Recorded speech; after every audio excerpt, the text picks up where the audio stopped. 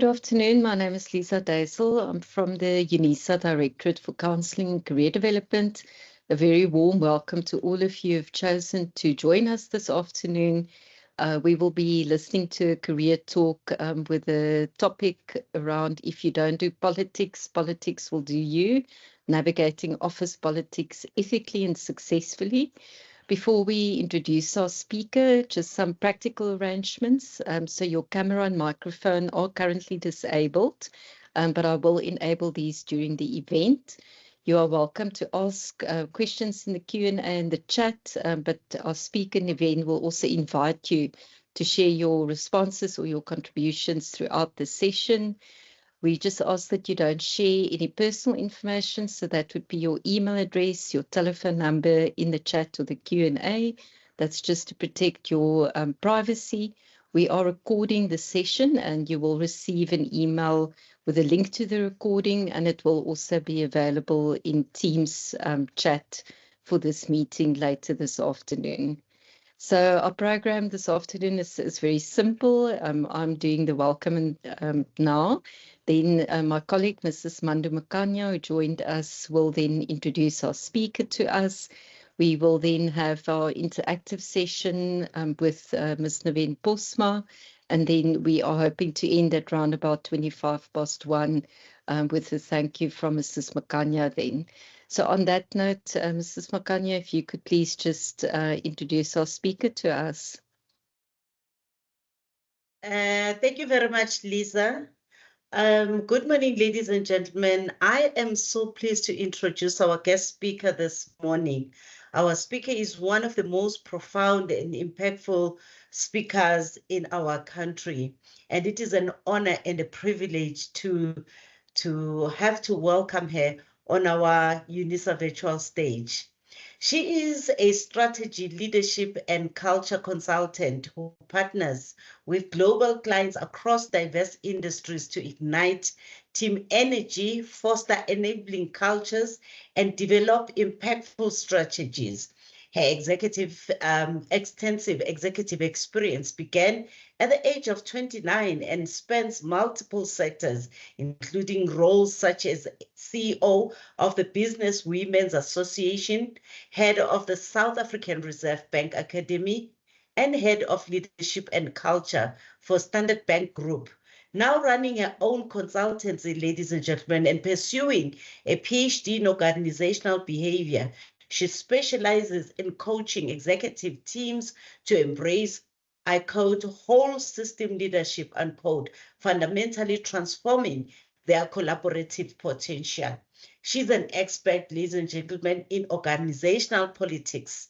She authored the best-selling book, If You Don't Do Politics, Politics Will Do You, a guide to navigating office politics ethically and successfully in 2020.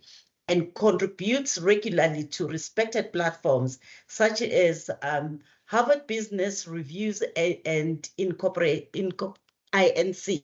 She serves as a tutor at Cambridge University Institute for Sustainability Leadership, CISL, has guest lectured at Stanford University and delivers keynote addresses worldwide on leadership, culture, and women's empowerment to audiences of up to 60,000. Ladies and gentlemen, our speaker holds an executive MBA focused on systems thinking, human capital development, and leadership, and along with postgraduate diploma in future studies and a BA in English and political science. Awarded the prestigious Archbishop Tutu Leadership Fellowship in 2007. She currently chairs the board of Coastlands, a renowned NGO in early childhood development. Our speaker, ladies and gentlemen, previously served as a reserve police officer and resided in Johannesburg with her partner. Ladies and gentlemen, it gives me such a great pleasure to invite on our virtual stage a great speaker and a leader in our country, one of them rather, and it gives me pleasure. Let's give her a round of applause as she takes the podium. Thank you so much. Lisa, over to you. Thank you so much, Mandu. Niven, the stage is yours. Lovely, lovely, lovely. Well, after that incredibly warm welcome, let me echo it with a warm welcome of my own. And I mean the warm welcome both metaphorically, in terms of very, very happy to be here, and literally, as my niece and nephew say. There's already a hand up. I'm just checking. Can you guys hear me? We can hear you, Niven. Okay. So Tsitsi has a hand up. Tsitsi, can you just drop in the chat what the issue is? All right. So as I was saying, yes, I want to literally send you a very warm welcome, because I was saying to Mandu and Lisa before we started that I just cannot do the fall of the Transvaal for one more winter. So I have taken myself off to the north coast of Durban, and I'm sitting outside this beautiful beach house that I've hired for a few weeks. I can hear the sea. I will get to hear your questions. And frankly, I can't think of a better way to spend a Tuesday. And as Mandu said, listen, please, let's not be standing too much on ceremony and protocol and things like that. No, let's make this a conversation. It's a nice, intimate group. It's not hundreds or thousands of people. And so we really have an opportunity to connect and share experiences, ask questions, raise any concerns that you have. As my sisters have said to me on more than one occasion, I really do love the sound of my own opinions, and I do. So I can speak for hours, and particularly about this topic, given that I am getting a PhD in how office politics, how workplace politics are different for women. So, you just have to wind me up and I'll start. And I won't stop until I'm finished, which may be never. What's much more interesting for everybody is if you stop me with a question, a concern, a story. So I'll keep my eye on the chat. You can also raise your hands, and don't feel shy. Please, genuinely, do not feel shy to stop me mid-sentence, mid-breath. Ask me a question anytime you want. And with that, let's get started. So I'm hoping that everyone did do the pre-reading, pre being Latin for before. But I'm guessing that some of you may not have done it just in the craziness of life. But ideally, you've had a chance to read the Harvard Business Review article of mine from a few years ago, talking about the 5 myths of office politics. Because I'd like to talk about those, but I'd also like to take the article as read. So let's see where we are. And if I suddenly see a whole bunch of people dropping off the call, I will assume that those are the people who weren't able to read the article, and the rest of you who have stayed on either did read the article or are just going to kind of fake your way through the call. Whatever. This is an opportunity for connection. It's not a classroom. And so if you've read that article, hopefully you've had some busting done in terms of the 5 myths of office politics. And there are 5 myths that I certainly carried very dear to my heart. I was probably a poster child for all of those myths. And in my career, which, as Mandu said, I started my first executive position when I was 29. So I had a very senior career very quickly. And I now pretty much work only at senior and executive levels. In that career of mine, and a career which now continues in a different form, gosh, there were so many things that I was taught, in management development programs, in experiences on the job, in the postgraduate degrees that I did. But this stuff around workplace politics, this was not something that I was ever taught. This was something I had to learn. And so, these myths that I share in that article were not only myths that I held to be very true, but they were myths that I very seriously had to unlearn at a few important stages in my career. And so when it comes to telling people that I talk about, I lecture on, I research, I'm getting a PhD in workplace politics, what I have found is a lot of people, with some curiosity and some interest, because it's an unusual topic. And then others, it almost feels like they're putting on a screensaver expression. And behind the screensaver expression, they're thinking, oh, so this woman teaches the corporate equivalent of survivor, you know, how to outwit, outlast, and outplay. So let's all go to work and let's all kind of leopard crawl our way through 40 years of surviving. And hopefully at the end, we come out in one piece and we carry on with the rest of our life. No, okay, I wouldn't get any pleasure, any pride, any, frankly, joy out of that kind of teaching of that kind of subject. And I get all of those things from the work that I do. I get immense pleasure, immense pride. In fact, I got an email just today from someone on LinkedIn who did my LinkedIn course. And he said, I really want to thank you. He said, I've had mentors all through my career, and they never once whispered, even whispered, some of the things that you say so clearly and loudly for me to hear. I mean, isn't that an amazing thing to be told? Isn't that an amazing thing to hear? And I get comments like that on a weekly basis of people saying, you know, thank you for your book, thank you for your article, thank you for the videos, thank you for the LinkedIn course. And I think it's for many reasons. One, because, as I said, it's an unusual topic, so this is not something we talk about often. But also, more importantly, I think, in this topic, I am not here to tell you how to just survive and to just make it through another day and another week. No, in fact, completely the opposite. If that is what you are doing, if that is what you have been doing in your career, then frankly, quite seriously, my heart actually breaks. Because good grief, you know, what a painful way, what a difficult way to spend a career and a life. And so the work that I do actually comes from two data points that I read about years ago now. And these are the data points that utterly intrigue me and fascinates me. And the one comes from Mahai Csikszentmihalyi. He is the man who popularized the concept of flow. So, you know, you may not have known the term flow. You may not have ever described what you're feeling as flow, but hopefully you've had the feeling at some point, and hopefully more than a few points in your life. And flow is that feeling when what you're doing is so absorbing that actually you lose track of time. You know, and it can be anything. Of course, it can be work.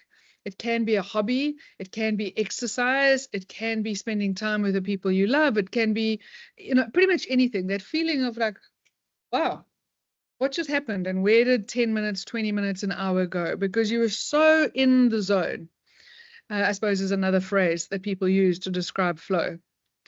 So Mahai Csikszentmihalyi, who came up with this term flow, also realized in his research that 80% of adults around the world, 80% of us, even if we were to become financially independent and we didn't need to work, 80% of us would still want to work. I mean, isn't that fascinating?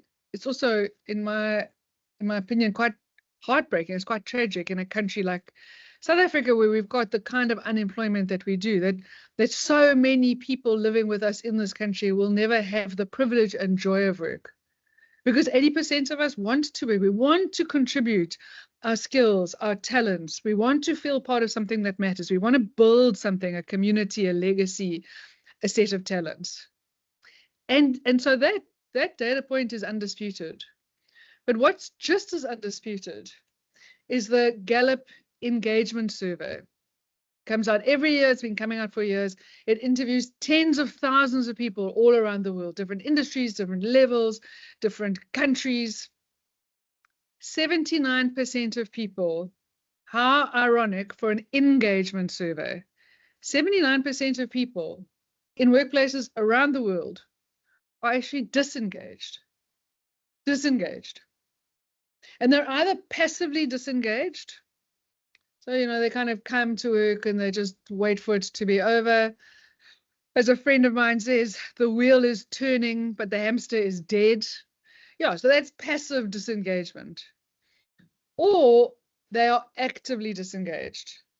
And active disengagement means that people are coming to work deliberately, intentionally, to undermine the place that they work, to undermine, to sabotage, to in all manner of ways negatively impact the people they're working with and the place that they're working at. I mean, it sounds unbelievably perverse, and of course it is. It is perverse. But in my experience, you know, there's all manner of reasons for them. Some of the reasons are valid, some of them are completely invalid. But this level of disengagement did not get worse in COVID. It's been like this for years. And so in all of the work that I do, including and especially the office politics work, these are the two numbers that drive me. Like I say, a corporate version of Survivor is not what drives me. Trying to bridge these two numbers and the gaping chasm between them, this is what motivates me. Because, you know, what I have found is that in my career, I'm guessing in your career, in the career of the people around you, your parents, your friends, your siblings, how many of us were taught, were emphasized the importance of IQ? I mean, if you're at Unisa, you clearly take studying and postgraduate studying and like me, further studying. You take it seriously. I mean, here I am at 53 wanting to get a PhD because this question of how workplace politics are different for women is so intriguing for me. I don't want to write another book. I want to answer it rigorously in a PhD. So we all take IQ seriously, and it's the thing that gets measured year after year at school. I mean, all through school, all through varsity, all through management aptitude tests. Our IQ gets measured, and good. It's an important predictor of many things. And increasingly over the years, you know, EQ has been recognized to be just as important, and possibly in some circles even more important than than IQ. You know, your ability to regulate and recognize emotions in yourself and emotions in other people. I mean, this is essentially what EQ is. And so these are non-controversial topics. They're non-controversial skills. They're ones that we develop, we get measured on, and we are interested to see the results of those measurements. But somewhere in the middle, and never spoken about, never acknowledged, and certainly never nurtured and taught, is this whole universe of skill that comes around political intelligence. Your political intelligence, your political quotient. And, you know, it's been 7 years that I've been lecturing and teaching on this and writing about it. And in the last 7 years, these were the only 7 years I ever consciously thought about this, consciously unpacked it, consciously try to understand something that is all around us. And critically important, because somebody said to me a while ago, yes, you know, IQ will get you the job and EQ will help you keep that job. But it's your PQ, or political intelligence, that will help you thrive in that job and that will help you get the next job. I thought that was genius. I really did. And I think that's absolutely right. Your political intelligence, how you are able to do 4 things. How you are able to nurture and build strategic relationships. How you are able to nurture and build your reputation. And what is reputation? I mean, reputation is just trust at scale. Cornelia, I see your hand. Give me 1 sec. How you are able to nurture and build your influence, your informal influence, and how you are able to nurture and build your formal authority. Relationships, reputation, influence, and formal authority. These constitute your political capital.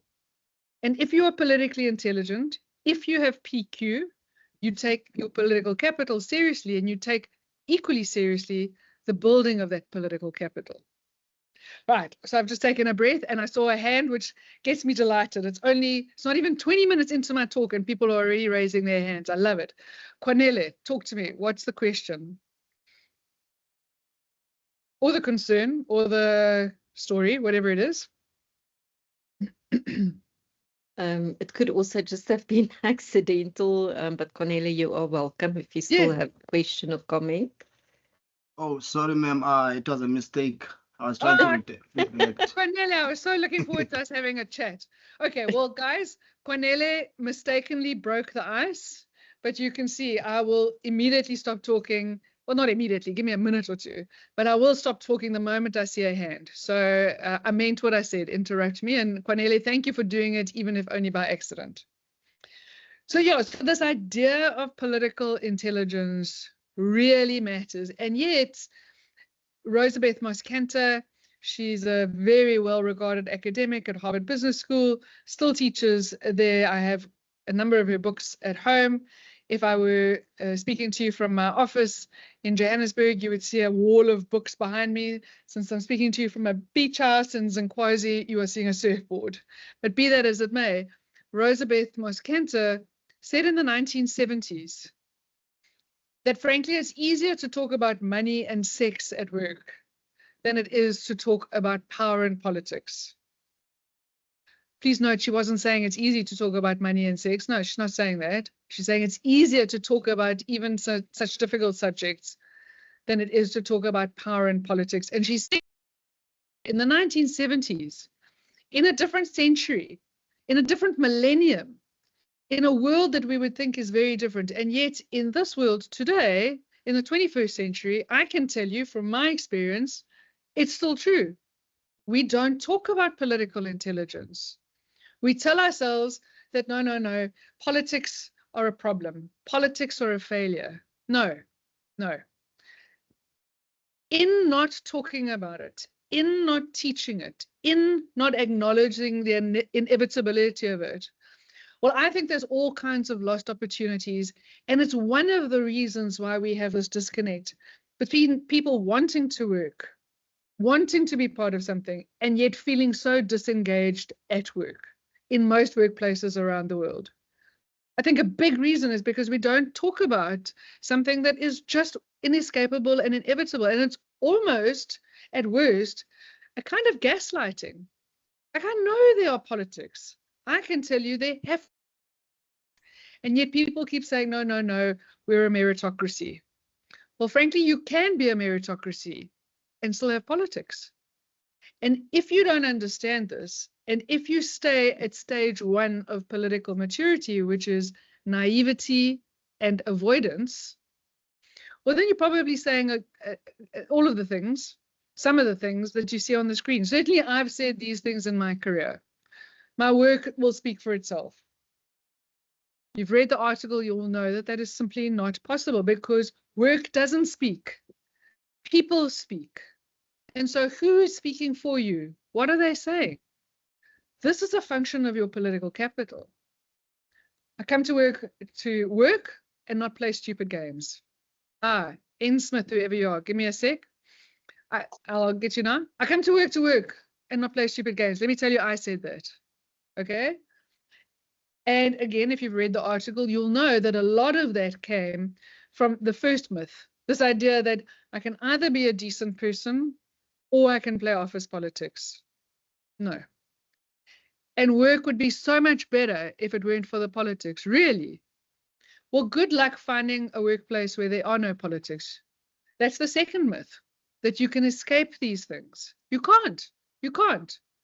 So telling me that workplace is, or the work that where you're working is political, well, frankly, that's like telling me water is wet. Of course it's political. Of course it's political. They're all political. But politics are basically, as somebody said to me the other day, and I love this, politics are a feature of workplaces. They're not a bug.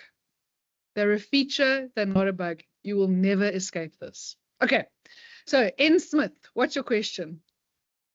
Hi, sorry, thanks for the opportunity. I just want to ask on that point, what if you don't want to go cycling with the boss? And what if you don't want to sit at the pubs with the bosses and stuff like that? Do you just get left behind? So is that how you're defining politics? Cycling with the right people, socializing in the right ways with the right people? Yes. Okay. Did you have a chance to read the article, Neil? What is your first name? Neil.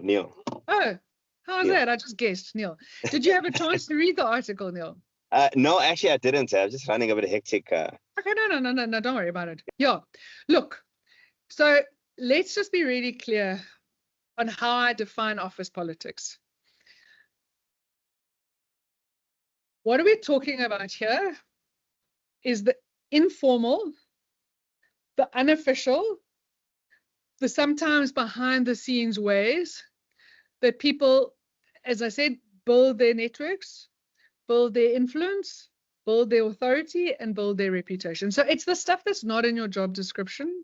And by that definition, yes, cycling with the boss, going for a drink is not in your job description. But if you read the lay of the land, hold on a second. Hold on, this is clearly something that matters around here. So am I prepared to do it or am I not prepared to do it?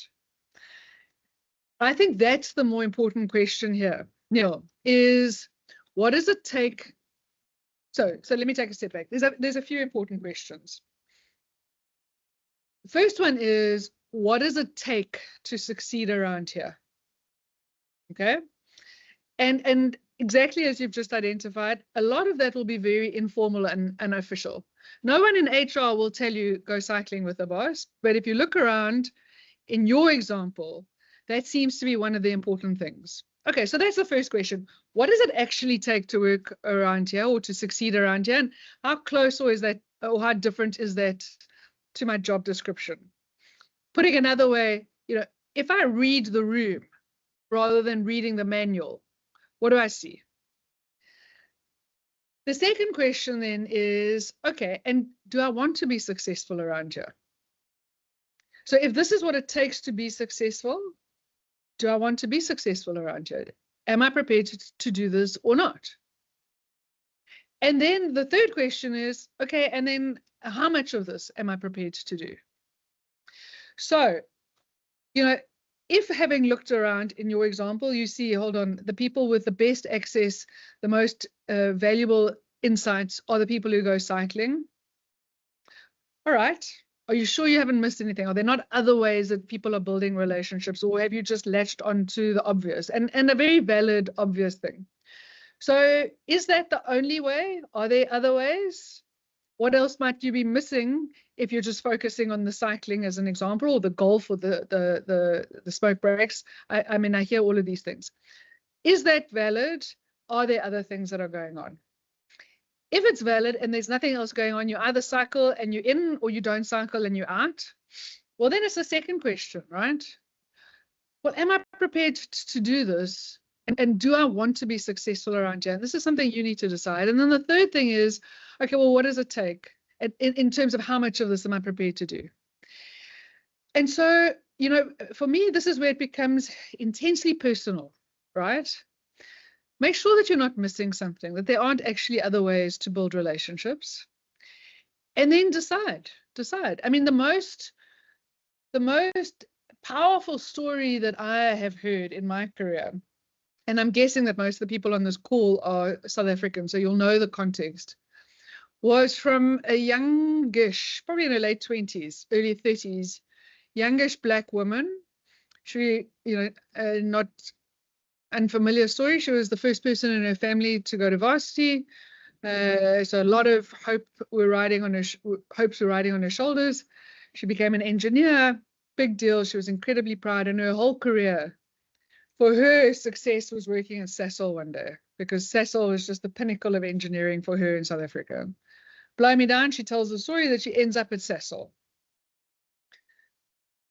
And she slowly starts to realize, hold on a second, the most accomplished, most skilled, most respected engineers in Sasol are all Afrikaans. So she looks at this and she looks around, and she was very clear in the telling of the story. So please, you, Neil, and everyone else needs to hear me. She was adamant that officially Sasol is English. Officially, no one made her feel excluded because she didn't speak Afrikaans. The moment she would join a conversation with Afrikaans people, they would switch to English. So she said there was nothing ever that made her feel less than and excluded because of the Afrikaans. She just noticed that in informal conversations that were on the side, people were speaking Afrikaans, and these engineers that she really respected. And she suddenly decided, you know what I'm going to do? I'm going to learn to speak Afrikaans. I'm going to learn to speak Afrikaans. How fascinating. In a country where we know Afrikaans, as much as I love Afrikaans and read it and listen to it, Afrikaans is not a neutral language in the history of our country. There was nothing in her KPIs that said learn Afrikaans.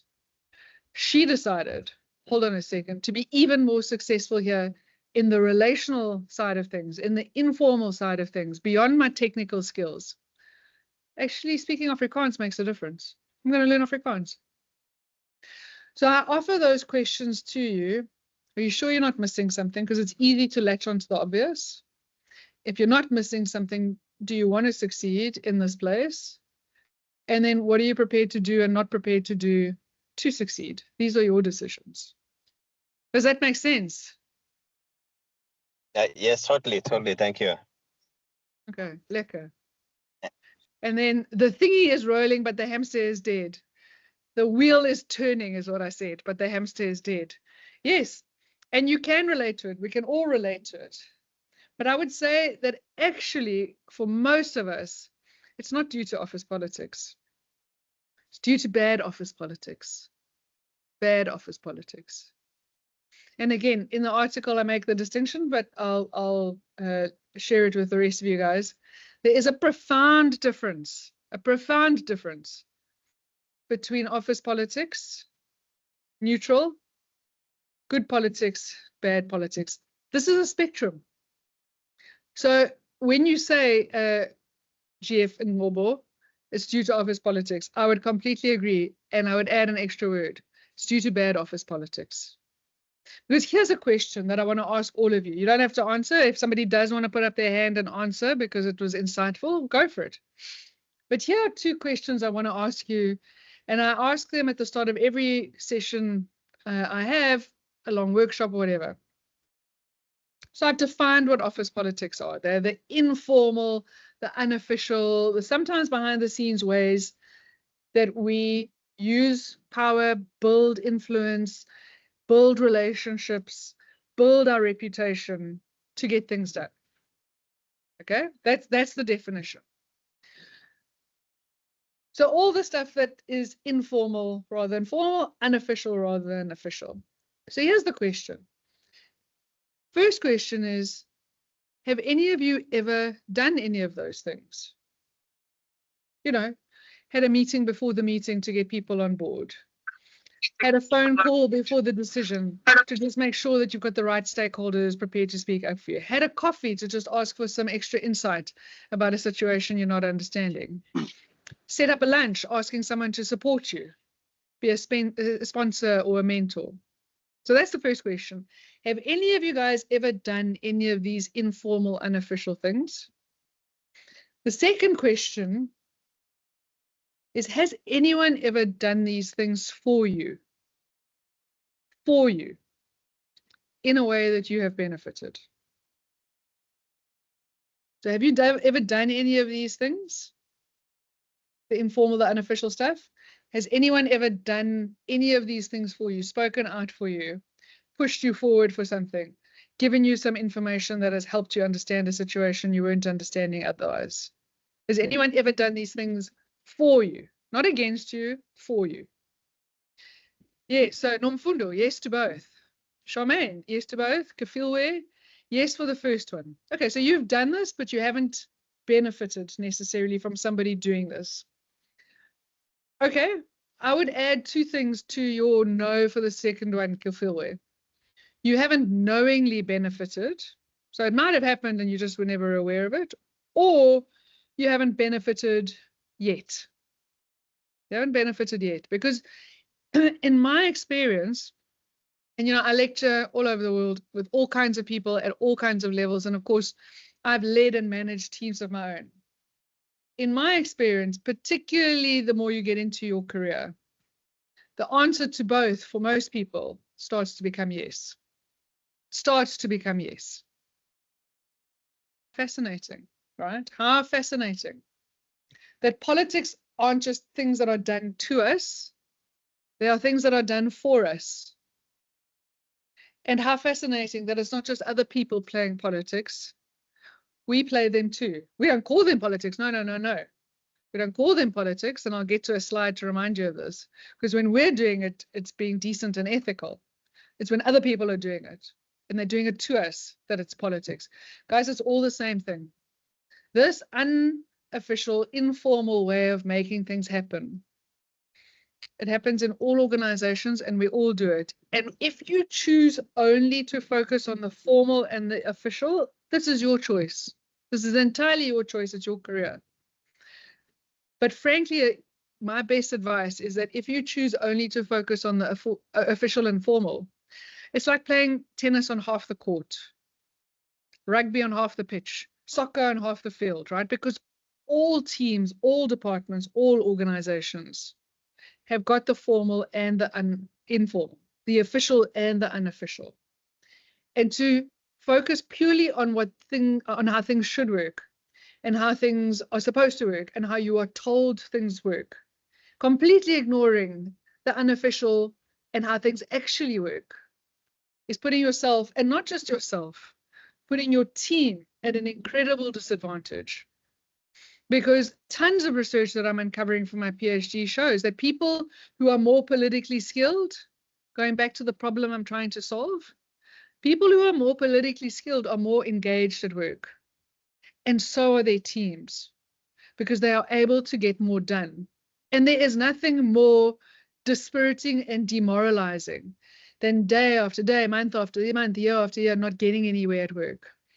Politics and political skill is what allows you to get things done, allows you to get ahead. And so, surprise, surprise, you're more engaged, and so are your teams.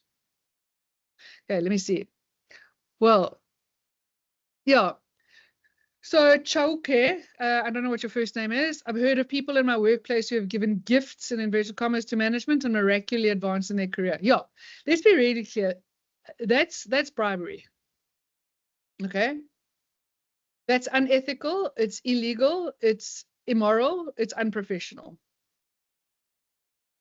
So what I am talking about is not about things that are outside of the boundaries of ethical. I mean, you could say that a small thank you gift is something, and we all do it at the end of the year over Christmas or whatever. But if you are seeing a causation, not just a correlation, but a causation between gifts to managers and miraculous advancement, then we're not talking about politics, we're talking about bribery. It's a completely different thing on every level of, like I say, ethical and legal definition. So what you're talking about is what I would say is starting to verge into the pathologically politicized, the toxic environments. And I mean, you know, we live in a country with a lot of toxic politics. In my PhD, I have people who work in government and who are too scared to speak out because they'll get shot. They'll get shot and killed like a colleague outside of their child's school. These are not unreasonable things. This is not melodrama. This is daily life in South Africa. And so that is real. But it's beyond the pale in terms of what I'm talking about. What I'm talking about is still within the boundaries of ethical, legal, moral, professional. That is something that's completely none of those things. And like I said, that's assuming there's a causation, not a correlation. So what is political? Okay, let me just see. Okay, so Isaiah, what is political emotional intelligence and can be creative? I'm not sure what that question means. So if I don't answer it, just check me. Look, EQ, like I said, if you look at all the work around EQ, it really boils down to a kind of maturity, right? And the maturity is around emotions. Can I recognize my emotions? Oh, what's going on here? I'm feeling angry. I'm feeling frustrated. I'm feeling bored. I can recognize my own emotions. I can name them. I'm not just a prisoner to them. And then I can regulate them. Okay, I feel angry. I'm going to get angrier, or I'm going to calm myself down. I feel sad. I'm going to allow myself to feel the sadness, or I'm going to try to cheer myself up. So I can recognize and regulate those emotions in myself, and I can recognize and regulate emotions in other people. So I can see, hold on, that person is disengaged. I can try to bring them in. I can see that person is frustrated. I can try to calm them down. That's what EQ is. And the difference between EQ and PQ, political intelligence, is EQ is just about recognizing and regulating. I can see, I can name, I can manage. PQ is about using your emotions and using the emotions of other people through your relationships, through your influence, through your authority, through your reputation to get things done. So PQ, political intelligence, is about actually making things happen. Whereas EQ, the definition kind of stops when you recognize and control. It's an end in itself. PQ is a means to an end, making things happen. So does that make sense? And Aline, yes, people who are more engaged with organizational goals and with their own goals, okay? And with their own goals. So I didn't know where this conversation would go, so I don't have the slides, but I can certainly send some slides afterwards. There's some interesting models around types of political players and types of power players. And Aline, there are political players. If you are focused just on your own goals, that behavior is the behavior of a sociopath. That's what this model says. I would agree. If your behavior is focused on neither the organizational goals nor your own goals, well, then you're in a lose-lose situation because no one is benefiting and it's not going to last very long. And from a political point of view, it's very dangerous.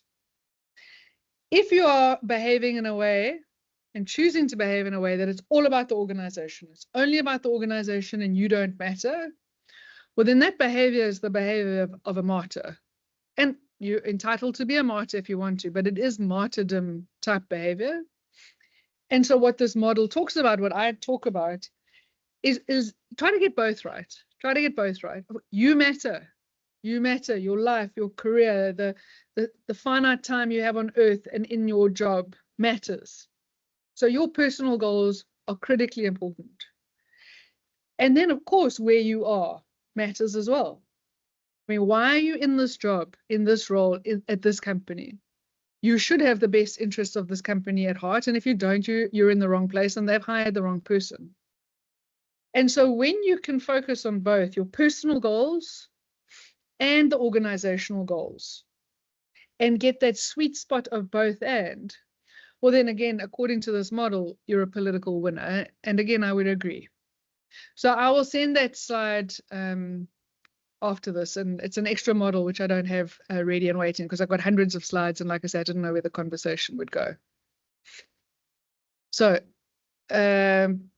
yes, so Chauke as well. Your work will not speak for itself. The work will not speak for itself. Hear me. Some of the most important decisions of your career are going to be made when you are not in the room. And it doesn't matter if it's a real room or a virtual room. Okay? Decisions around promotions, around secondments, around hiring, around bonuses, around opportunities. These decisions are being made all the time. And we would like to think, and in my PhD it's very clear, women especially would like to think that these are purely rational and technical decisions. And in an ideal world, they would be purely rational, purely technical. But we do not live in an ideal world. We live in an amazing world. But we live in the real world. And in the real world, these decisions are not technical. They are political. So who is in the room for you? What are they saying? So, okay, Amanda. Yeah, look, I think if you are in a place, so Amanda's question, if anyone doesn't have access to the chat, Amanda's question is, how do you draw the line from distinguishing that even though you have built relationships with colleagues, they are all waiting for your downfall to take your place? Again, I don't have this slide with me. I'll put it in the stuff that I sent through. But I think you need to understand the kinds of relationships and the kinds of people that you are surrounded by. So the model that I'll send you is the 4 kinds of relationships: enemies, friends, allies, and adversaries. And frankly, if you are surrounded entirely by enemies, first of all, in my experience, that's a very unusual place to be, okay? That's a very unusual place to be. It's an incredibly unhealthy and incredibly unusual place to be. So I would think long and hard about whether you are in the right place if you are actually in a place that is that toxic that all you see is enemies. Because in my opinion, in my experience, there's something seriously wrong. 1 or 2 enemies in your career, more than a few adversaries, sure. But entirely surrounded, I think you're potentially in a space that is so pathologically politicized, it's close to toxic. In which case you have to think really long and hard about whether you want to be in that place, because I need you to hear me. I need all of you to hear me. When I say that pathologically politicized environments will kill you, again, I am not speaking metaphorically, I'm speaking literally. Okay, these kinds of environments where it really is a corporate game of survivor will take an enormous toll on your physical, mental, personal, and professional well-being. Okay, and I'm not joking around this. I worked for one toxic manager in my career, and it was a nightmare. It was an absolute nightmare. I had a colleague who ran Comrades and had 3 heart attacks in 18 months. 3 heart attacks in 18 months working for this character. I mean, the stories that came out of that 8-month experience were horrendous. So real toxicity does exist. Real toxicity is damaging in a way that you can't even begin to explain or describe unless you've been through it. And it is more common than it should be, but it is still not common. And so if this is the kind of environment that you're finding yourself in, go to my website. There's a free workbook. You can download it. If you don't have the book, download the workbook for free. And the second exercise, because that's how important I think it is to ask yourself, are you in a toxic environment? And if you are, then my advice is run like hell. Okay. Oh, there's a lot of questions. Okay, give me, and somebody has sent the article. All right, I'm going to come back to the questions. Okay, and Lobo, somebody has sent you the article. Lisa, thank you for that. Okay, there's a few questions that I'm not seeing at the moment. I want to share a case study, which is not in the book, not in the article, to really get this point home around how important politics are. So let me share it with you, and then let's see where the conversation goes from here as well. So this is John Antioco. He is no longer, but he was the CEO of Blockbuster.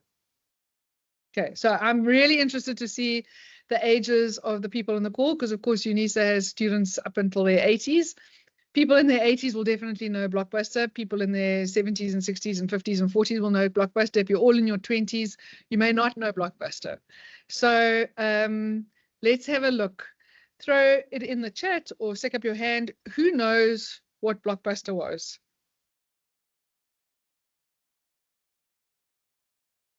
Okay, Neil, tell me, what was tell everyone else, what was Blockbuster? Yeah, was it the movie rental place?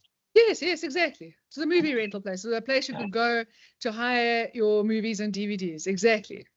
All right. So then somebody, Zungu, you had your hand up and then it went down very quickly. But if you've got something to add to what Neil said, lovely. I want to hear it.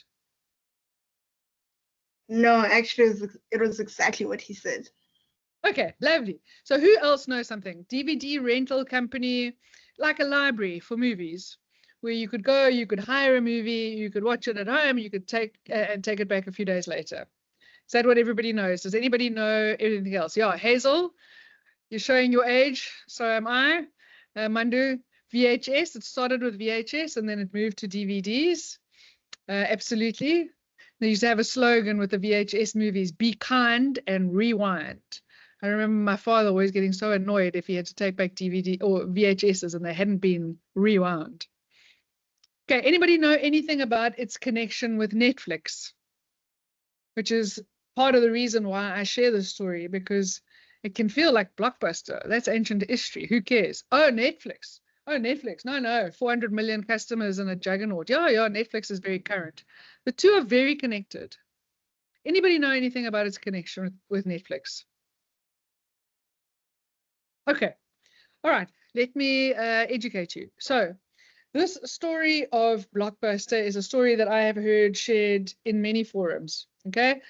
I used to do a lot of work at GIBS, the Gordon Institute of Business Science, the business school arm of the University of Pretoria. Unisa obviously has SBL.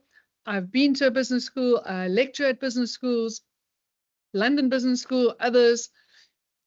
I have heard the story. Cambridge, a colleague of mine from Judge Business School shares this case study.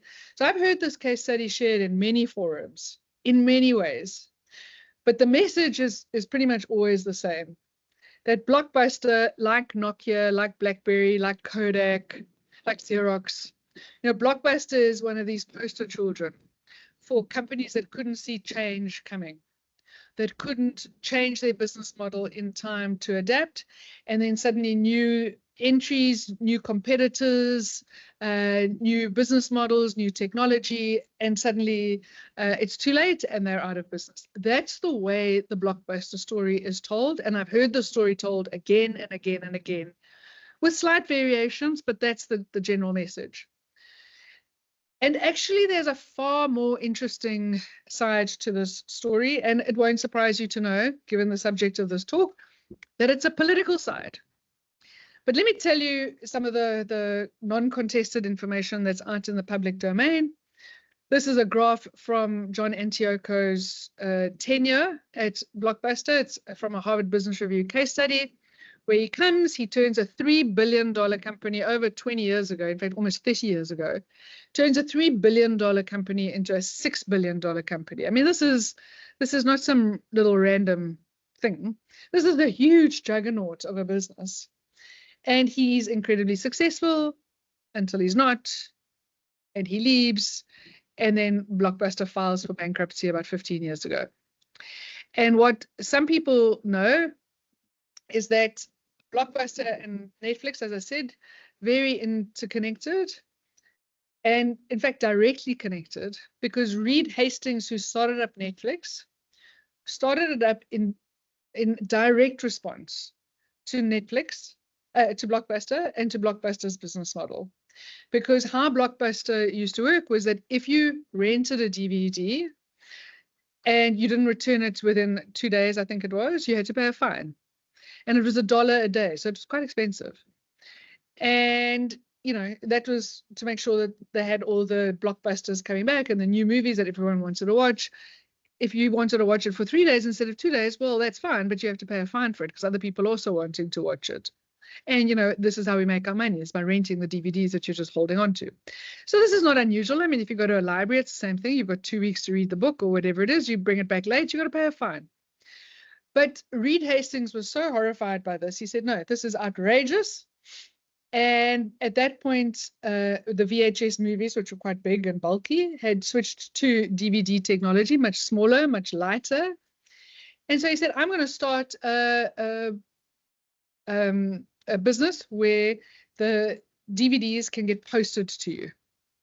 So they're small, they're light, they weigh hardly anything, and we'll post you the DVDs. And guess what? It doesn't matter if you keep them for a week or 2 weeks, we will not charge you a fine. So this was the big advantage that Netflix was bringing to the market. We could post you these DVDs and we wouldn't pay you a fine. Oh, you wouldn't pay a fine. So this was fine until it wasn't. And then Netflix hit the dot-com crash like a whole bunch of other companies. And what's also uncontested is that Netflix went to Blockbuster and said, you can buy us for $50 million. So we've had a great time. We've given you a run for your money, but things have really crashed in the dot-com space. And we're kind of out of runway now, but you can buy us for $50 million. John Antiocho is really adamant that he was never in a meeting as CEO where this was discussed. But what is very clear is that this meeting did happen with whoever it happened with, even if it wasn't him. So, here we go. We can start adding fuel to the fire of this story. Jeez, Blockbuster, how stupid could you be? Because you guys are now irrelevant And you could have taken out the competition that was Netflix over 20 years ago, and you didn't. I mean, stupid, stupid, stupid. We can all roll our eyes and talk about how silly and short-sighted some businesses can be. But this is where it gets interesting, because this is the part of the story I've never heard told other than in my lectures and lessons, because I don't know why. And I don't know, people don't know this part of the story or don't want to know this part of the story. I think they don't know this part of the story. I stumbled across it by accident. And then I started really reading and researching. And I suppose it's one of those traps in life, right? Never let the facts stand in the way of a good story. And this is such a good story around Blockbuster as a warning call to other companies. But here's some of the facts. 2004, Blockbuster was cruising, doing incredibly well. And John Antioco launched the Total Access strategy. Total Access strategy had 3 elements. He was really going to use the shops that he had as an advantage and really tell people, yeah, fine, you can get a DVD from these Netflix guys, but you have to wait because it has to be posted to you. Whereas with our shops, you've got one on your corner practically, because and in the US, these shops were open 24 hours a day. So you finish watching all the DVDs that you've got at 3 o'clock in the afternoon, you want some more. Okay, well, just come down and get some more. It's not like Netflix, you have to wait. So, this suddenly became a big advantage. The second thing he was going to do was completely stop these late return fees. So not reduce them, not halve them, stop them, completely stop them, which meant that almost 20% of their revenue every year was going to be wiped out. They were getting almost $800 million in one good year from fines. He was going to stop it. Anybody want to take a guess? And it's a guess. It is a guess. Do you want to take a guess as to what the third part of their strategy might have been? Something that you would have had to be incredibly smart, incredibly forward-thinking, and frankly, incredibly brave to have seen coming and to have decided to hook a strategy onto over 20 years ago. Take a guess. Type it in the chat. What has changed in how we watch movies and programs that now we take for granted? Now we don't think about it twice. But 20 years ago, it was very, very new. Digitizing media, yes. Nomfundo, used an online platform. Keep going. What does that mean? The use of the streaming. Okay, Volante Dolly, streaming. That's exactly what they were going to do. They were going to start streaming their movies. Not their movies, because they didn't make them, but the movies that they had rights to.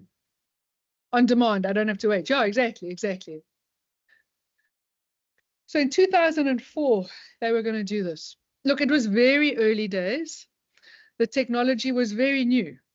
But it wasn't science fiction, it was possible. It wasn't anything like, obviously, it wasn't anything like what we can experience now in 2025 and what we'll be able to experience in 5 or 10 years' time. But this was not science fiction. Anybody want to take a guess as to when Netflix started streaming? Then again, it's a guess. Before or after Blockbuster? Because Netflix is what, like 400 million customers. Netflix is still around, Blockbuster isn't. So if Blockbuster thought of it in 2004, do you think that Netflix would have thought about it earlier because they were even more successful than Blockbuster, or later? You have a 50% chance of being right, a 50% chance of being wrong. So take a guess. Let me have a look at the chat, and don't go Google it. Just put it in the chat. Okay, now I'm getting dead silence. 2017, Pilisiwe. Actually, thank you for taking a guess. After, actually, a lot of people think before. Okay, 2008. Vanessa, you are the closest. They actually started streaming in 2007. 2007. So 3 years after Blockbuster was going to do it, Netflix actually started doing it. So how fascinating, right? Look, whether Blockbuster could have gotten it right, this is another story. Because I mean, in every organization, there's a strategy that gets planned and a strategy that actually gets implemented. Sure, but 3 years before Netflix started doing it, Blockbuster planned to start doing it. So then what happened? What happened? They had this incredible strategy. They were going to take out all the advantages that Netflix had. They were going to take out the disadvantage that they had of finding people. They saw the future coming in terms of technology, but they're bankrupt. Why? Well, because of power and politics. Because of power and politics. So Carl Icahn is on the left. Depends which description of him you read. He's either a hedge fund trader or he's a corporate raider. But cut a very long story short, and it is a long story, so I won't go into all the details. He and a group of hedge funds had basically bought a share of Blockbuster, and they were not interested in the total access strategy. They were not interested in the data that was showing that actually, yes, of course, short term there was going to be a dip, but longer term they were going to make up more than enough money. Wasn't interested. And again, a whole bunch of reasons why. And it didn't matter what data was being shared. It didn't matter that history will say that John Antioco was right. The point is, with the power and politics that were being played, and some of them were actually, frankly, juvenile to read about now, eventually there was a shareholders meeting, and the directors that were supportive of John Antioco were voted out, and directors supportive of Carl Icahn were voted in. And here John Antioco is the CEO of a $6 billion company. History will prove him right. History has proved him right. And he could do nothing. He could do absolutely nothing. And so when people think that politics and power don't make a difference to their career success, I share this story because they don't just make a difference to your career, they can make a difference to an entire industry. And I read about this in 1 or 2 lines in Rita McGrath's book. Now, Rita McGrath is a professor of strategy and innovation at Columbia Business School, one of the top thinkers in the world. And she said it so beautifully in one of her books. Your ability to think about the future of your career, the future of your team, the future of your project, the future of your market. I mean, you don't have to be a CEO, you don't have to be in a strategic role, but the ability to think about the future that's coming at all of us depends on how widely you are able to look. Do you look for disconfirming evidence, or do you only look for confirming evidence? Do you speak to people on the periphery, or do you only speak to people that you know well? Do you speak to people who disagree with you, or do you only speak to the people who absolutely 100% think you're right? So how broadly can you think about the future? This matters. But what I say, and I really, really, from a career perspective, and this is a career session, I hope that you hear me. From a career point of view, from an engagement point of view, it doesn't matter if you're right. It doesn't matter if you're right. It matters if you are effective. John Antioco was correct. He had a very impressive, smart strategy. He was not effective. He could not get the right stakeholder on board, and he ended up having the one wrong stakeholder against him. And so seeing what needs to happen, seeing what's coming, well, that's half of the battle. The other half, and frankly, the more important half, is being able to do something about it. And for that, correct is not enough. Again, in an ideal world, it would be enough. But in this world, it's not enough. In this world, you have to be effective. And sometimes you don't even have to be correct to be effective, because you're just effective, and that's enough. Again, of course, the sweet spot is when you are correct and effective. Well, then you really are hitting the jackpot politically and from a career point of view. So let me take a deep breath there and take a sip of water. Thoughts, questions that I haven't answered or seen yet, thoughts or questions around what I've shared so far, thoughts or questions around this case study? Niven, there was a question here earlier from Jimmy. Considering your experience in leadership roles as well as your consulting work, what strategies have you found most effective for building and leveraging relationships in office politics to advance your career and achieve organizational goals without compromising your own values? Yeah, so that's a lovely question, right? And that is the question. That is the question. How do I do it in a way that I still feel true to what matters to me, and I'm able to be effective in a way that matters to me in an organization that matters to me? And I've got some good news and some bad news. I suppose the bad news is, if you're looking for an easy answer, I can't give you one. The good news is that it's up to all of us to figure it out. And it is figure-outable. But it is highly contextual, because there's so many contexts that you have to consider here. You have to consider yourself, right? What matters to you? Are you in the grip of an authenticity paradox? Because often the value that matters to most of us is authenticity. And Lisa, if you've got a chance to put the link to the authenticity paradox article in Harvard Business Review in the chat, read that. So are you in the grip of an authenticity paradox when it comes to your values? So staying stuck with what's familiar rather than seeing the fact that things feel inauthentic and unfamiliar as a sign of growth. Or actually, no, this is not an authenticity paradox trap. This is my value and I will not change it. Are you stuck with, okay, my values don't have to change, but maybe my behavior can change? I've had to do that a few times in my career. My values were still the same. My values, I did not compromise. And I have left jobs, 2 jobs in particular, because I thought this is now a values clash and I'm leaving. And I didn't have other jobs lined up. And in the one job, I was 6 weeks away from getting my bonus paid. But I thought, I am leaving to make a statement here. So my values are incredibly important to me. And I've had to realize in my career that values are one thing, but behaviors are different. Okay? So how am I giving expression to my values? Is through my behavior. And sometimes this behavior is appropriate and effective, and sometimes the behavior is not appropriate and not effective. So you don't necessarily have to change your values. But again, if you want to be in this place and you want to be effective, you may have to change your behavior. Now, is this inauthentic or is this maturity? I tend to think it's maturity. And then, again, what's the context? Who are the people? What matters to them? What matters to the organization? How do you want to show up? How do you not want to show up? So in the workbook that Lisa has given you the link to, the last exercise is a whole series of questions to try to craft your political strategy.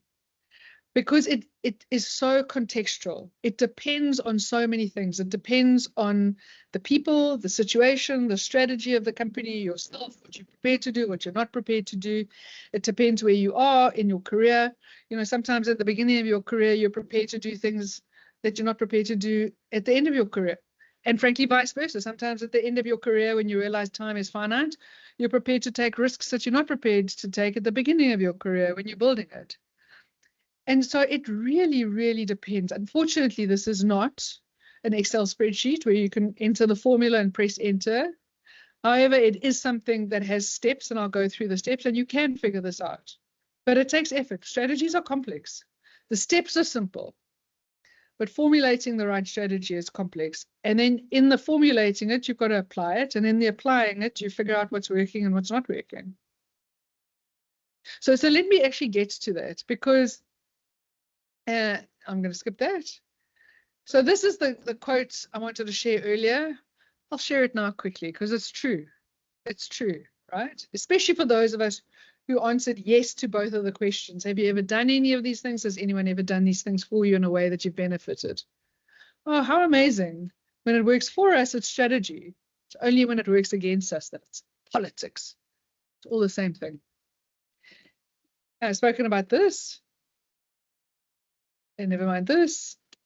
So I'm going to leave this. Yeah, I threw in some slides, not sure where the conversation would go. So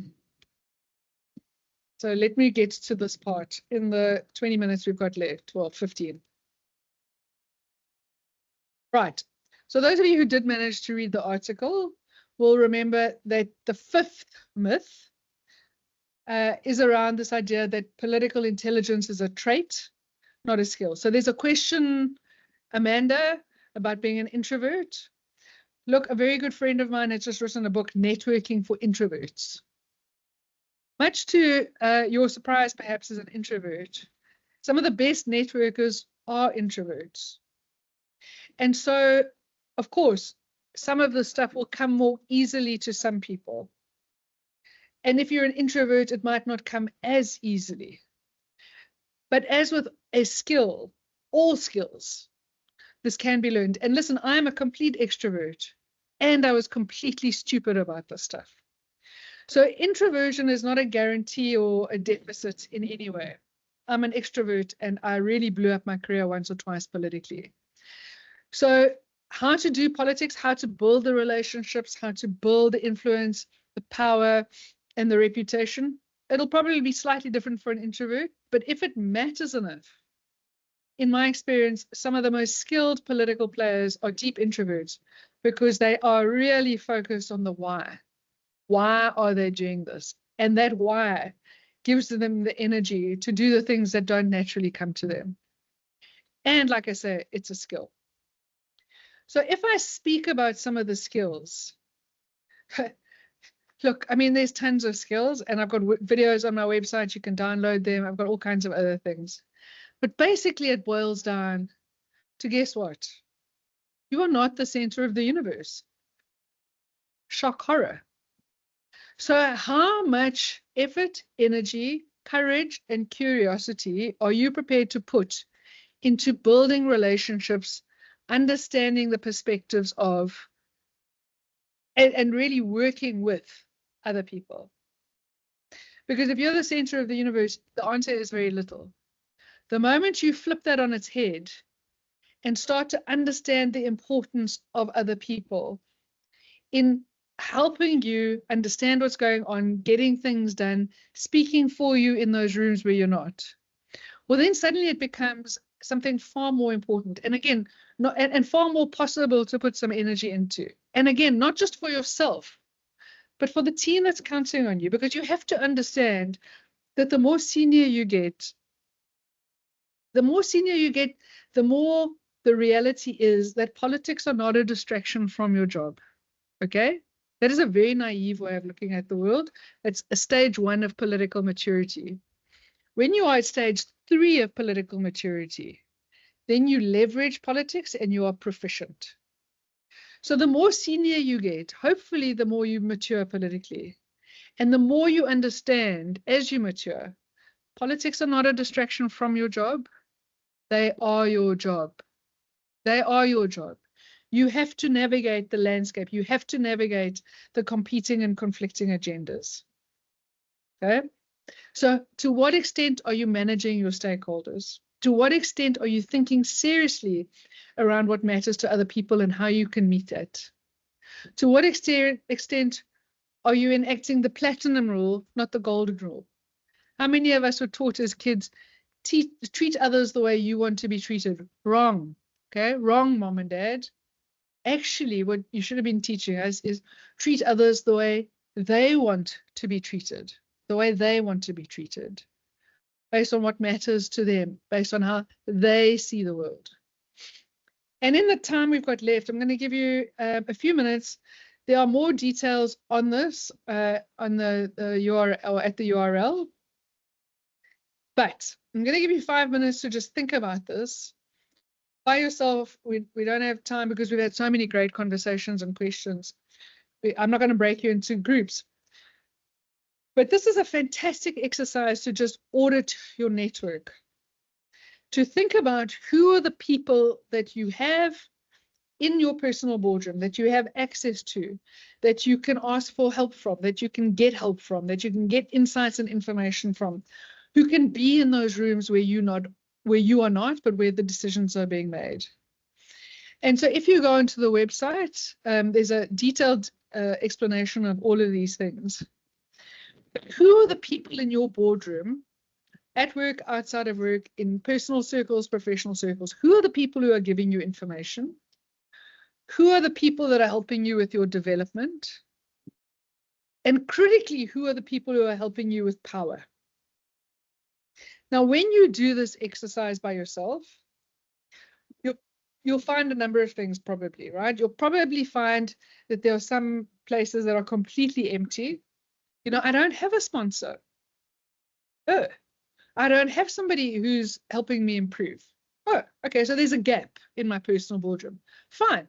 So if there's a gap, how are you going to fill it? Do you want to fill it? You'll also probably find that actually there's a few people who are playing more than one role. Okay, that's fine, but maybe it's a bit of a risk when you're relying on a few people for a lot of roles. And you may also find that one person is playing more than one role. That's what I said, sorry. And that one role is being played by more than one person. That's what I wanted to say. All of these things are natural, okay? I see them all the time when people do this exercise. The purpose of this exercise, though, is to get your attention. Hold on. Am I missing a trick here? Because it's one thing for me to talk about strategic relationships. It's another thing for you to know where to start. This is a very useful place to start. Who do you have in your boardroom? Who do you not have in your boardroom? And where can you start building relationships that will help make your boardroom and therefore you more effective in your career, again, for yourself and for your team. So it's a very, very useful, comprehensive way of auditing who you know and who you don't, who knows you and who you need to have know you if you're going to take your career to the next level. Okay. And Adrian, no, it's not only about sticking close to the executives. One of the slides that I'll send you shows you, actually, let me take it back. One of the slides that I'll send you will show you there are all kinds of people. And if you're only looking for strategic relationships upwards, you are ignoring a whole bunch of people who might be at your level and in some instances more junior to you, who have all kinds of influence. So don't take the formal at face value, okay? Just because somebody is an executive and senior and they have the formal power from being in where they are in the organogram does not mean they have the informal power. John Antioco was CEO of Blockbuster. He did not have the informal power. He did not have the influence. So what you want to look for is, sure, formal power, but informal power and influence is even more important. And one of the big mistakes I made in my career was getting on the wrong side of somebody who was actually more junior to me. Actually more junior. Because I didn't like him, because I didn't like his attitude, because I didn't like a lot of things around him. I made the mistake of not realizing that I actually needed him. I needed him, and I needed him because he had 30 years of history in this organization. And so even though he was more junior to me, he had huge influence, and he was what I call the chief whisperer. The chief whisperer. People listened to him because of his 30 years experience in a way that they didn't, because I only had 2 years experience, not in my career, but in that company. And so get on the wrong side of the chief whisperer as I did, somebody who was more junior to me. Didn't matter how good the relationships were with the executives at face value, because behind the scenes there was a ton of whispering going on, coming purely from him. And coming purely from him because I didn't realize that I needed him, because he had influence. Makes sense? Yeah, the chief whisperer, somebody who's key in the grapevine, somebody who people listen to, who talks to people. They might not be at your level, they might be junior to you. They might not be obvious, but every team, every department, every organization has got chief whisperers, people that are listened to, for better or for worse. So, sheesh, golden advice, I'm glad. Okay, so very briefly, in the time we've got left, does anybody know what Einstein apparently said when he was apparently asked? And if this isn't true, I don't care. It's such a cool story. I've decided it is true and I repeat it. What he apparently said when he was apparently asked, what is the difference between genius and stupidity? Let me see. Emily, if you upset the chief whisperer and he's the CEO, I would look at my workbook and very quickly start to see if you've become the problem, and you may well have, because that's not a great, that is not a great place to be. How the hell are you going to get out of it and quickly? And there's some steps in the strategy section of the workbook. And I really suggest you look at it very quickly and very seriously. Philisiwe, give me 1 second. I'm going to ask for your question. But anybody know the answer to this? Ah, lovely. Lisa? Yes, doing the same thing over and over and expecting different results. That's the definition of insanity. The difference between genius and stupidity, he apparently said. Genius has its limits, guys. In other words, the ways that we can commit political suicide and blow up our career, the ways that we can be stupid are infinite. There are plenty of ways. Get on the wrong side of your boss. Be one person's person. Get on the wrong side of the chief whisperer. Overestimate how much power you have. I've got a whole bunch of videos in my workbook. Go read them. But you can really, and if you've got on the wrong side of the CEO and he's the chief whisperer, Emily, I implore you, do something quickly. Fix that situation if it's fixable. And then your strategy. I said it's not simple. It is complex because it's contextual. But the steps are straightforward, right? And again, this is in the workbook, but briefly and at the highest level, strategy is about how are you going to achieve what you're wanting to achieve. So if you don't know what you want, you can't have a strategy. Because a strategy is a how to get you somewhere. So where do you want to get? Then what is your leverage? What do you bring to the table in terms of leverage over and above your technical skills? There's a whole exercise in the workbook to assess your leverage. Who's against you? In the language of strategy, who are your competitors? And this doesn't have to be destructive and harmful and backstabbing. No, but there's always competition. Competition for attention, competition for resources, competition for opportunity. So who's against you? Who's in competition with you? With your team, with your function? Who's on your side? Who are the people in your boardroom? How do you maximize that support? And then strategy is about focus. Well, it's about focus and it's about courage. But particularly with the focus, are you using your energy wisely? We wake up, there are only 24 hours. There's only so much energy we have to get through the day, the week, the month. And we are bombarded with demands on that energy. If you are spending your time making a millimeter of progress in a million directions, instead of sustained focus on a strategy that you've got, well, then you're probably not using your energy wisely. It's understandable. It's understandable. The world is overwhelming, but you're not using your energy wisely. And there's only so much energy to go around. So thinking through these things, if you go to the workbook, there's more detailed questions, but this is essentially what you need to figure out. And then, of course, as the contexts change, so the strategy needs to change. And so this is something that is not just an academic document. It's not just a one-off exercise. It's a constant recalibrating, reassessing, redeciding. And with that, since we are now out of time, I have one last presentation to show you. And I think it kind of says everything that I would like to say. If you've watched The Office, you'll know what a genius TV program that was.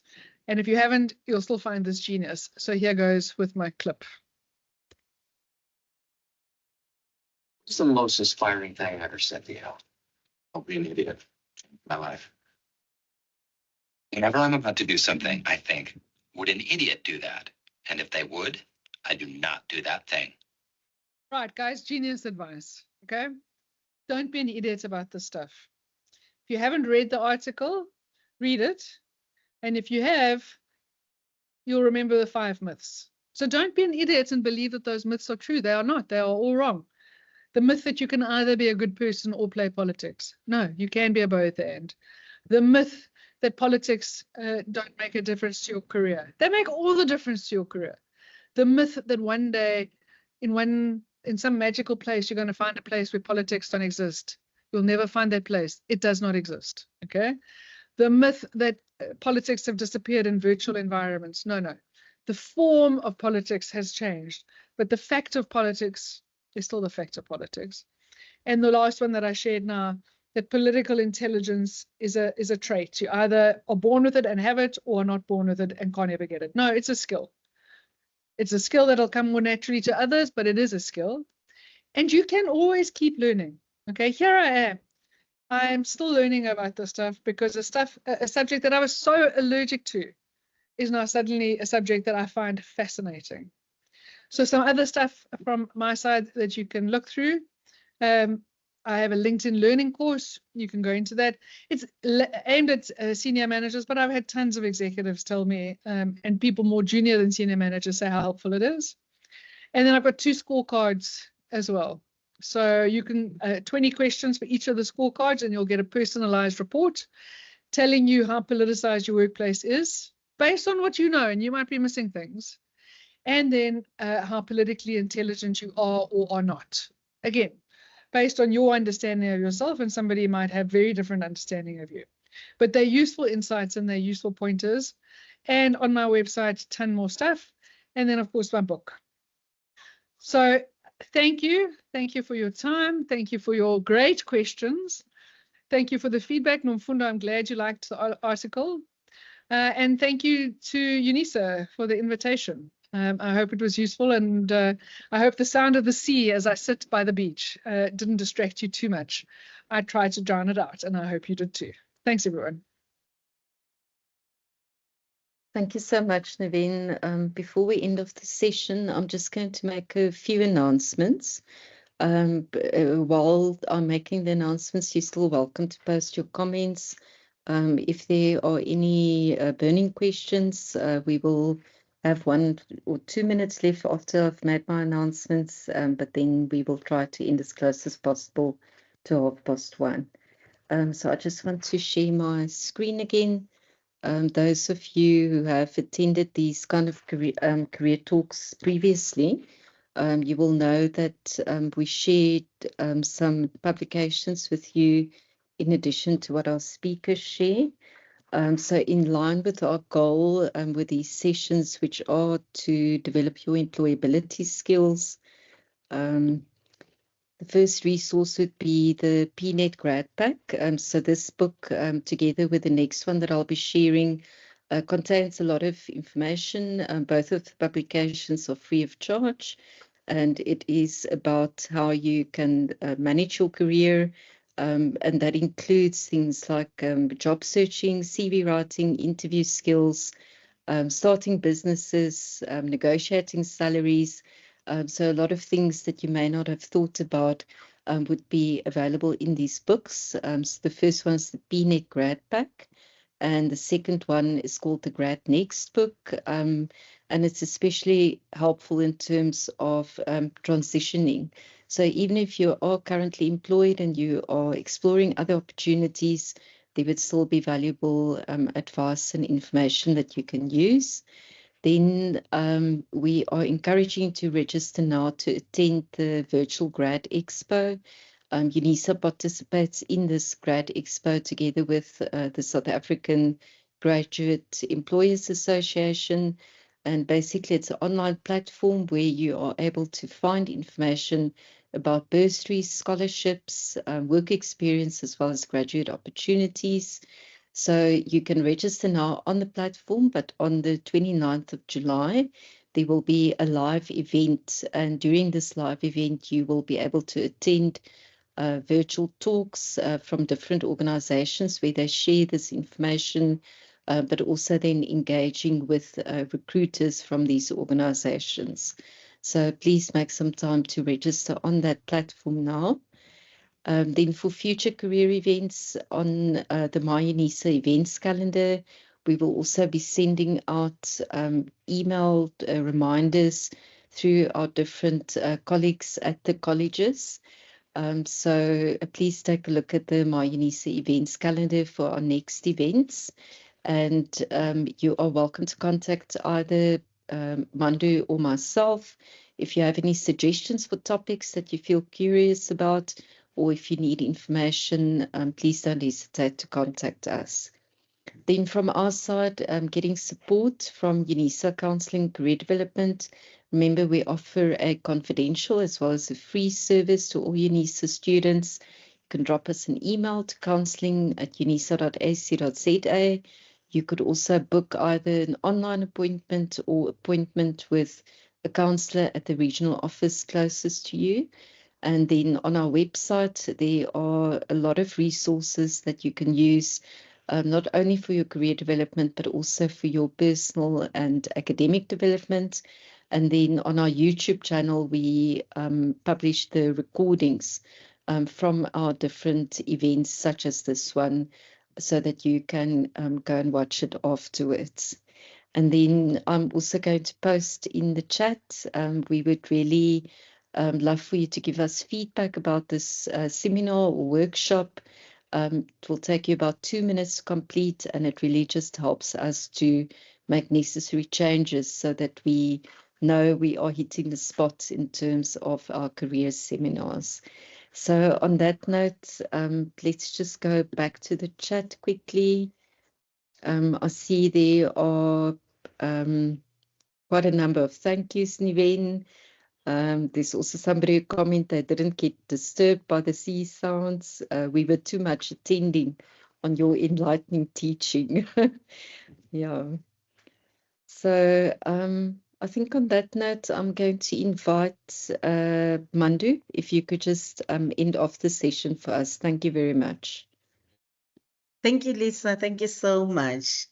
I can see that there are still lots of our Unisans who have not left. I was wondering if it's okay with you, Niven. I'm sorry to ambush you, but I know a scenario that I had you shared about, a practical example of doing politics in the office. It was 2 graduates or new entrants in the workplace.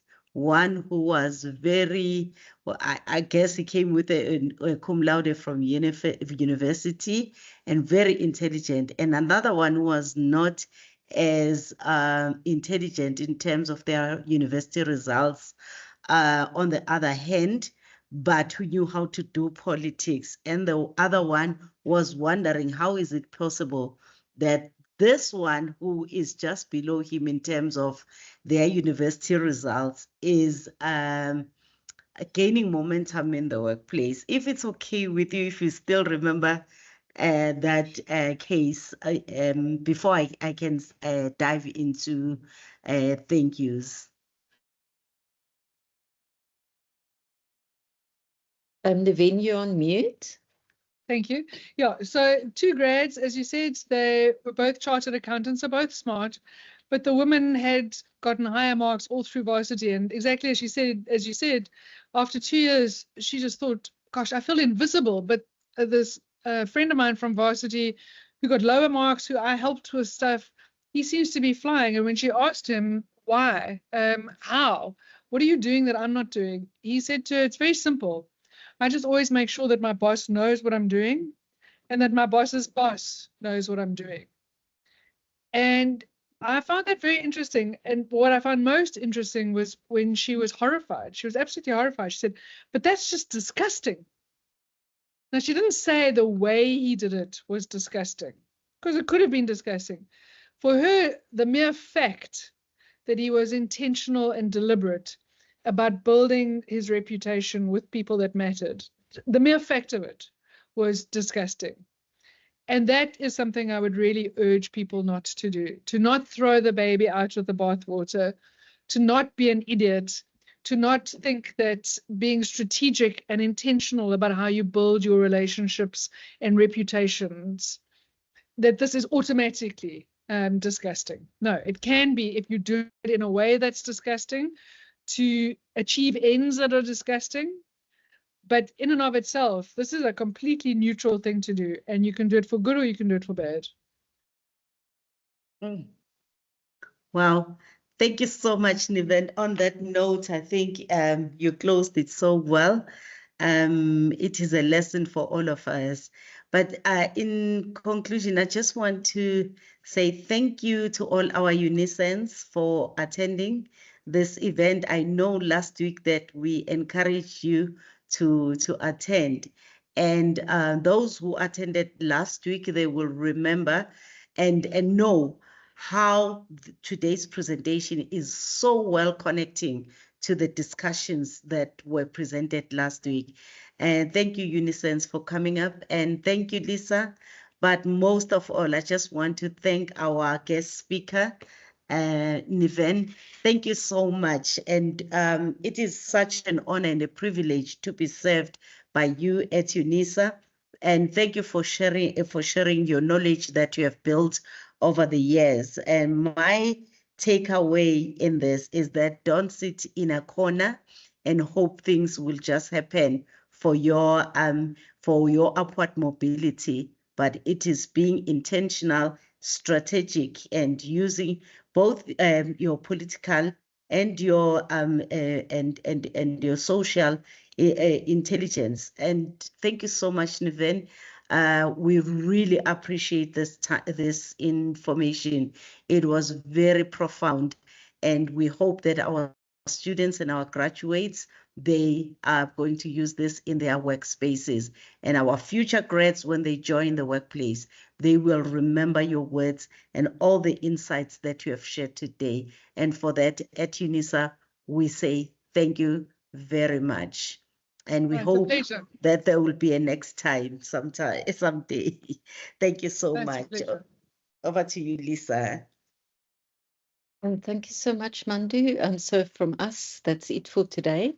We hope it's not the last time that we see you on this platform, and we wish you all the best with your career endeavors. Thank you very much. Thanks, everyone. Thank you. A round of applause as we leave.